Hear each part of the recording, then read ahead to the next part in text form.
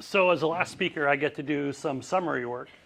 And so I just would love to invite us all to really thank the amazing Redwood Energy team behind this event with a big round of applause.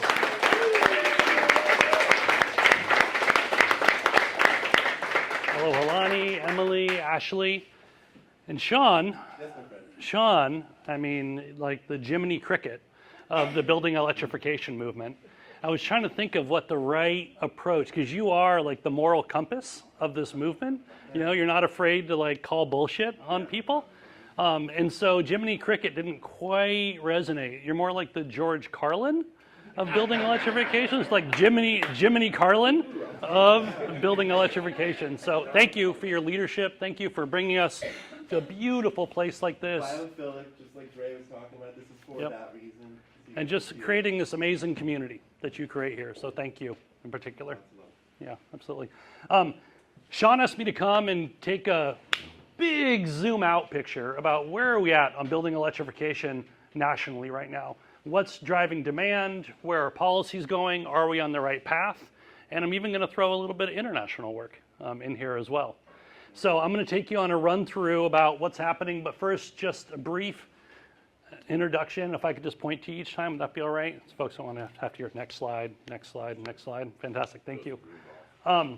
So we are a coalition, as the name suggests, a coalition of utilities, manufacturers of heating equipment, the design and construction community, installers, nonprofits, and government agencies working together. We fundamentally believe that if you're going to have as big of a change in the world as we need to affect, you have to have all the voices at the table. That's the only way that you actually build solutions that are going to be able to, one, get passed, and two, get support on implementation on the scale that we need. And so we work really closely with industry, with government, and with nonprofit agencies. We have all the manufacturers in our coalition. 95% of North American market share of water heater manufacturers, 90% of North American market share of HVAC manufacturers are in our coalition. And we do really deep empathetic listening to them about what is it going to take in order for you guys to give up the gas and go over to all electric. Next slide, please. So just a couple of our Trailblazer members, including some of our favorite Trailblazer members right here, just to give you an idea of the spread. But what I'll say is the good news is the manufacturing community of North America is ready to give up gas appliances. In 2022, they were beginning a negotiation with the federal government about let's set a phase-out date for the sale of gas water heaters and gas furnaces in America. And then we saw this red wave of adoption across states, across America, of bans on gas bans, and they held back. But what that told us is we know that there is the appetite there of the manufacturing community to give up gas, and it's up to all of us collectively to create that groundswell of pressure again so that we can get on the right path. Next slide, please. And so here's just a reminder, and for some of y'all in the back, it's going to be, some of these slides are going to be tough. But here's just a reminder about where we're at. You know, it's a really good to be able to know where you're at when you're trying to figure out where you're going. Here's all the electric appliances in America. Here's all the fossil fuel appliances in America. Like, these are our targets right here. And as the last speaker, I'll take some responsibility. I know that I'm the last human barrier between you and your first joint of the day. And so I'll make sure to work through these slides in an understandable but also relatively quick way to get out to the beach. Next slide. And what's I think really been fascinating to me is a lot of the gas stuff's in the blue states. This is some charts that just show the percentage of cooking appliances and heating appliances that use fossil fuels versus electricity. When it's on the heavy dark side here, that's heavy on fossil fuels. And you have the Pacific, the Middle Atlantic, New England, the Mountain North. These are all the states that have heavy amounts of fossil fuel. And it's a lot of the states that have some of the strongest climate laws as well. Next slide, please. So we've been seeing some amazing stuff happen in the last 6 months. A ton of states getting together and committing to really high goals for heat pump sales.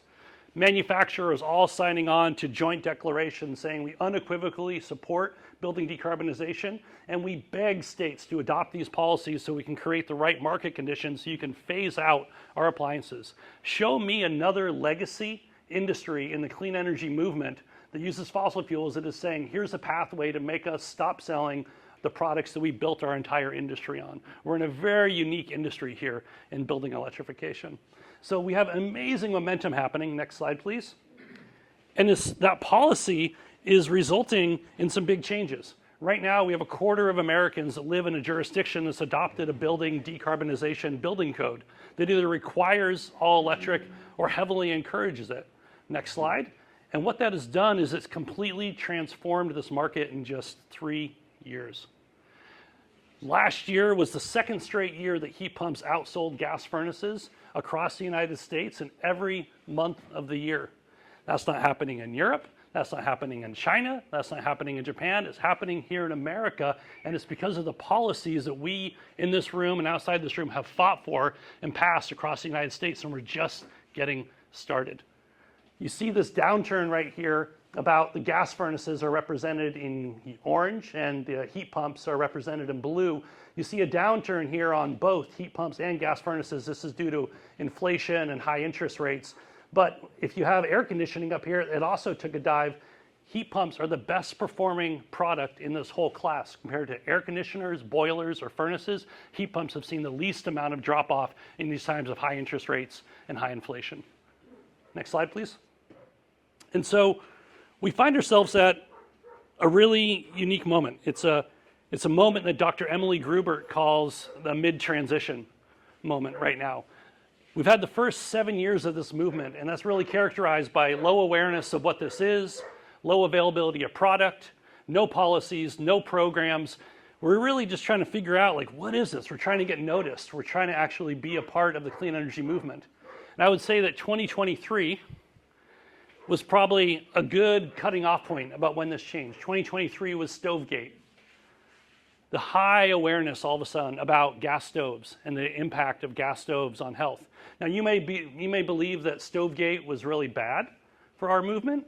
You may believe it's very good for our movement, but I can tell you this, information about appliances in your home that may be causing respiratory long-term damage to you and your family, that's the kind of sticky information that doesn't escape people's brains. And tens of millions of Americans were suddenly educated about the dangers of gas stove through Stovegate. And so all of the programs, the policies, everything that's happened the last 6 or 7 years has been that first real phase of building decarbonization. Now we're moving into the mid-transition. And Dr. Emily Grubert calls the mid-transition a really unique moment because these are moments where you're both winding down the fossil fuel system at the same time as you're winding up the clean energy system. And you're doing them both at the same time, but you're doing it in a regulatory, social, and economic time that isn't designed for either one of those two realities, and you're doing them both at the same moment. And so these moments require unique planning. Planning you wouldn't do in a full fossil fuel reality, planning you wouldn't do in a clean energy future. It's a unique moment right now, and it's going to be the moment that shapes the next 2 decades of our work. And that's why it's critical that we get the next 5 years right, that we learn from the mistakes of electric vehicles, that we learn from the mistakes of solar, and we're able to incorporate that into what we need to be building, which is a decade of scale coming up, because we all know we're not doing enough. We're all working as hard as we possibly can, and we know that it's not enough. It's not what science tells us is enough to fight climate change and for buildings to be able to play their fundamental role in this.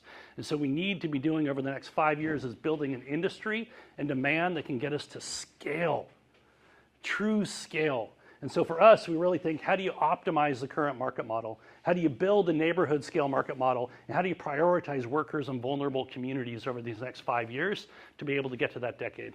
Next slide. And here's our opportunity. We have $1 trillion on the books, $1 trillion of gas distribution spending. This is from filings that gas utilities have made with public utilities commissions and public service commissions across the United States about how much they're planning to invest over the next few decades into the gas system. This is what we can avoid.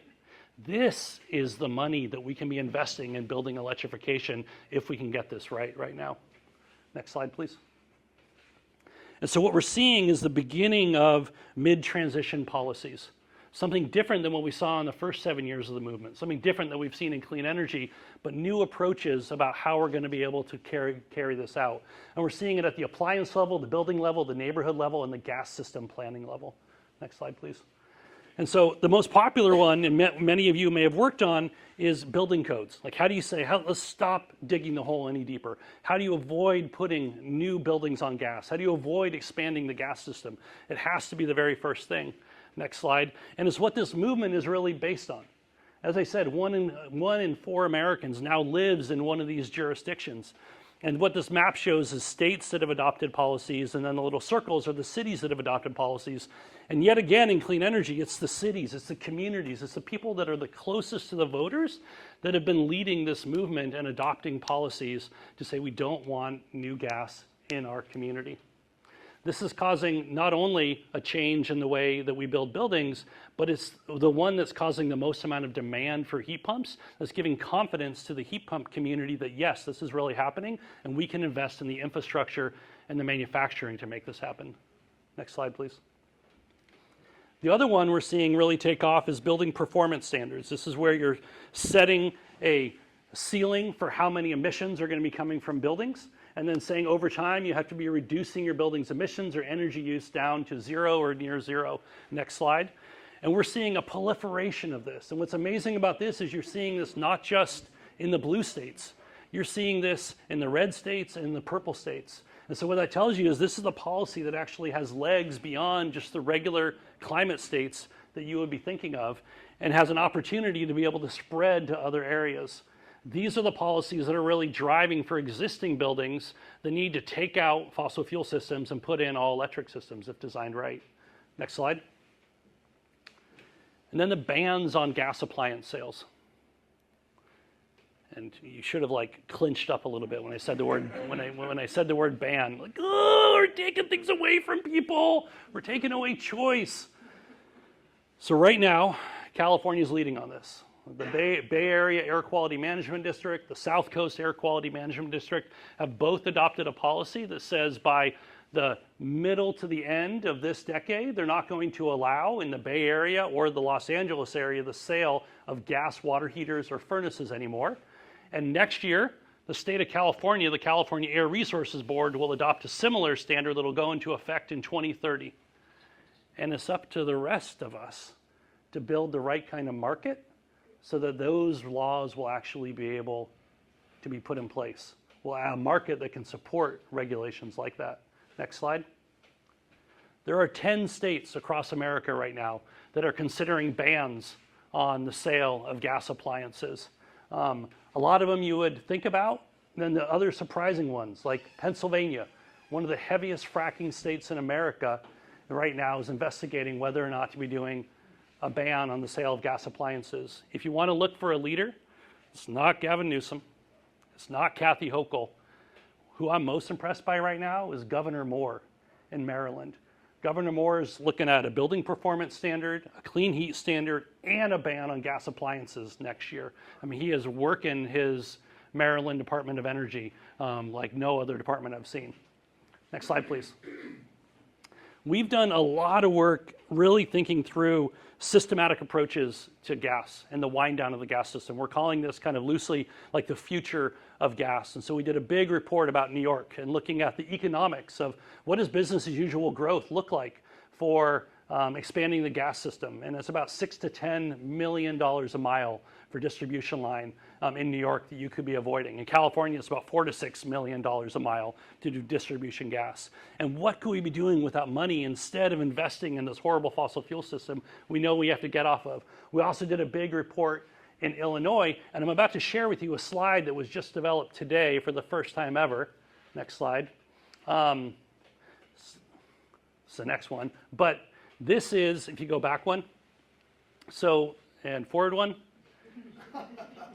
This is all of the states whose public utilities commissions and public service commissions right now are actually taking a leery look at the future of gas within their territory. These are the public service commissions that are now entering into proceedings and saying we can't have business as usual growth of the gas system. We have to be thinking about non-pipe alternatives and different ways to be investigating when a gas utility brings gas projects to us. Next slide. And we're seeing completely, back one, thank you. And we're seeing completely different language coming from regulators. This was the announcement in Massachusetts of the administration establishing the Office of Energy Transformation. And I just want to read you, this is a Massachusetts Secretary of Energy and Environmental Affairs saying, this is a transition for the consumer switching to electric appliances, for the worker being trained in the latest decarbonization technologies, and for our utility companies, which will need to adopt a new business model. Like, this is the kind of language we want to be seeing from regulators. This is the kind of leadership we would expect, not just from Massachusetts, but for God's sake, in New York, in California. This is the kind of stuff that we need to actually be able to do the transition. Next slide. So one of my favorite quotes is, like, always seek people out who have the truth and always avoid people who claim to have it. I've never found who said that, but it's one of my favorites. So this is a slide that was created today, not by me, but some of my amazing staff. We have people that, like, only think about future of gas. Like, they're the people at the dinner party who are just like, all right, that's awesome about heat pumps. Like, let's talk about something else. Like, yeah, heat pumps, future of gas. From all of our thinking about it, like, this is what we're thinking are some of the fundamental futures coming out about the future of gas to be able to guide some of our thinking, our policy making, our proceedings, our public service commissions. And so I'm not going to read this to you. All of these presentations are available on the Redwood Energy website, but it's just some amazing transformation about the way that we think about energy systems and infrastructure happening right now in our regulatory bodies, and it gives me so much hope that we're actually going to be able to figure this out. Next slide. And the last big policy I want to talk about is something called clean heat standards. And this is like a renewable portfolio standard for the gas system. You know, renewable portfolio standards are laws over electric companies requiring an increasing amount of the energy they deliver come from renewable energy resources. And the gas utilities have always been, like, kind of just hiding behind, just always wondering when the regulators are going to come from them. We now have 4 clean heat standards in the country. And what these are laws that affect gas utilities. And it says we are capping the growth of greenhouse gas emissions from the delivery of your product. And we're going to be winding it down. And every year you're going to have to show how you are making investments to reduce the greenhouse gas emissions as a result of your system. You're going to have to fund heat pump programs. You're going to have to fund weatherization programs. You're going to have to fund energy efficiency programs, other things like that. Hopefully not fund like RNG and hydrogen and things like that. But this is a way to actually, on a system-wide basis, have gas utilities have to be playing a leadership role in this. Next slide. And so just 3 weeks ago, we had one of the first big aha moments of the clean heat movement in Colorado, where Xcel Energy submitted their first clean heat plan. And under great pressure from Natural Resources Defense Council, Sierra Club, and hundreds of local groups, they fought back against it. And the Public Utilities Commission in Colorado instead enforced an amazing clean heat plan that has Xcel having to invest $440 million into heat pump deployment and weatherization measures across Colorado, across their service territory. This is like the first really great example of how we're going to be forcing gas utilities to have to play a real leadership role and bring in the kind of money that we need in order to make this transition work. Next slide, please. And there's a lot of buildings in America. And we also have to be honest with ourselves about the challenge that we have ahead of us. Back one slide, please. We're putting a lot on the current market model for how we deliver HVAC and how we deliver plumbing in America. We're putting values of climate change. We're putting values of equity and justice. We're putting values of ratepayer protection on an industry that is not about any of that. All the love to the people that install HVAC and plumbing and the workers that do design work and everything, but honestly, the HVAC and plumbing business is about volume and speed is what it's about. And we're expecting a lot out of them for us to be able to meet our climate targets. We're hoping over the next 2 decades that every single time a water heater breaks, that the building owner's informed enough and they can find the right contractor, and they understand the programs, and that every single one of these things happens, and it all works out for us to be able to make this transition, and we're able to wind down the gas system. It's too much hope.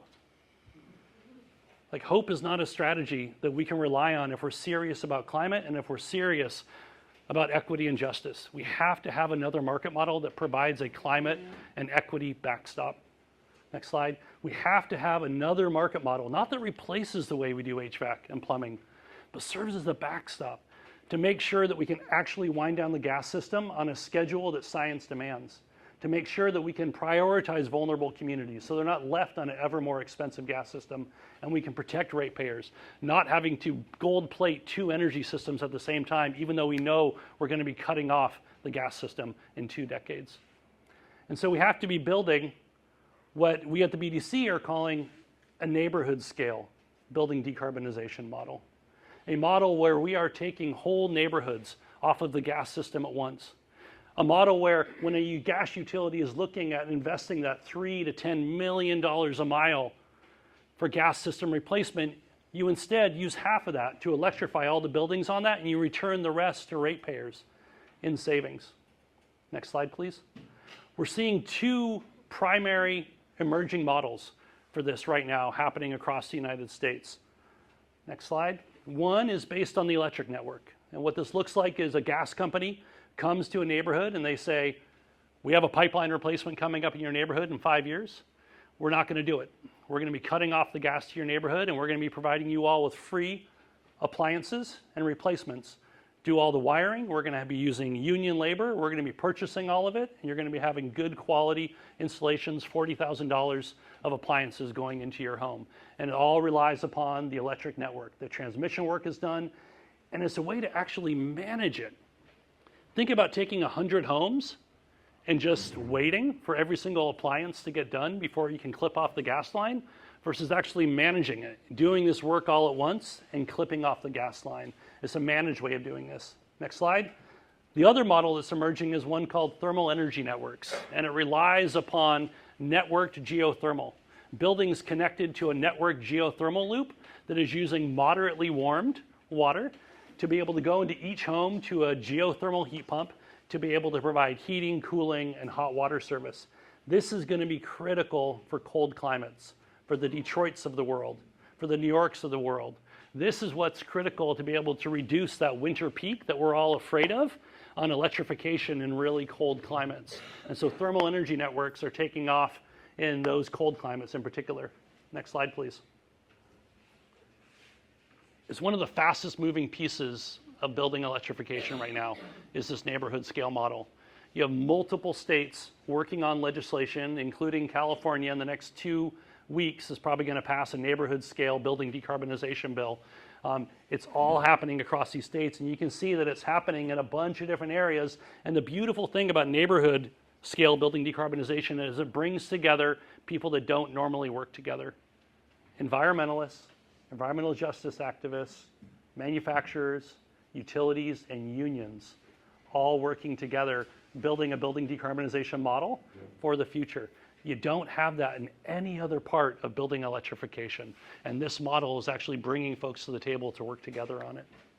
Next slide, please. And you're seeing the interest we need to see from the gas utilities. Gas utilities representing half of all gas meters in America are working together to explore this market model and see how it can work. If you have a vision for building electrification actually taking off in America, it's going to have to involve how do we transition this major amount of money and infrastructure and organizations to play a leadership role in it instead of fighting it. Next slide, please. And so this is where we're at. We're at what I'm going to say is probably going to be the most important 5 years of this movement. And it's a question of, can we as an environmental movement, can we as a climate movement really create an industrial policy around building electrification? Next slide. And I just came back 2 weeks ago from a country that has done this. I was invited to come over to speak at the Chinese Heat Pump Alliance. And this is the alliance of all the manufacturers of heat pumps in China. They make half the heat pumps in the world. and about 2/3 of the compressors. And they invited me to come over to talk about what's happening in America. There's somebody from Europe to talk as well, to trade stories, differences, similarities. Next slide. I went to the 3rd largest compressor manufacturer in the country. Here's their propane compressor that they're selling for clean heat in Europe. Here's their CO2 compressor that they're using for commercial heat pumps for US application. They wouldn't tell me who the manufacturer was. China's taking this very seriously, the heat pump opportunities. They are coming very quickly to America. That's going to have all sorts of impacts, not only on our pricing, but also conversations on quality, conversations on refrigerant and installation. Next slide. Because they're a country that takes electrification seriously. This is a map that shows percentage of total energy supply by electricity and a growth over the past 4 decades. The white line is China, the green line is Europe, the blue line is USA, the yellow line is India. China takes electrification seriously. This is what it looks like when a country takes electrification seriously. Next slide. That has to be us.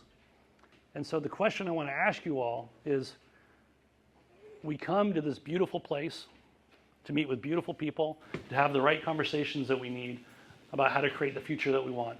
The question is, what do we do with the excitement and the passion and the inspiration that we got here when we leave? How do we take it back to be able to create a country that is serious about electrification? We do a lot of forward projection at the BDC and thinking about what it's going to take to get to that future. And one of the things that constantly comes back is meetings like this, where the top thinkers in this space are brought together to have exactly the kind of conversations we've had the last 2 days, to be able to trade and be inspired and recharged by each other, to be able to go out and continue this fight. So thank you, Sean, and Redwood Energy, and all of you. It's been wonderful to be in community with you.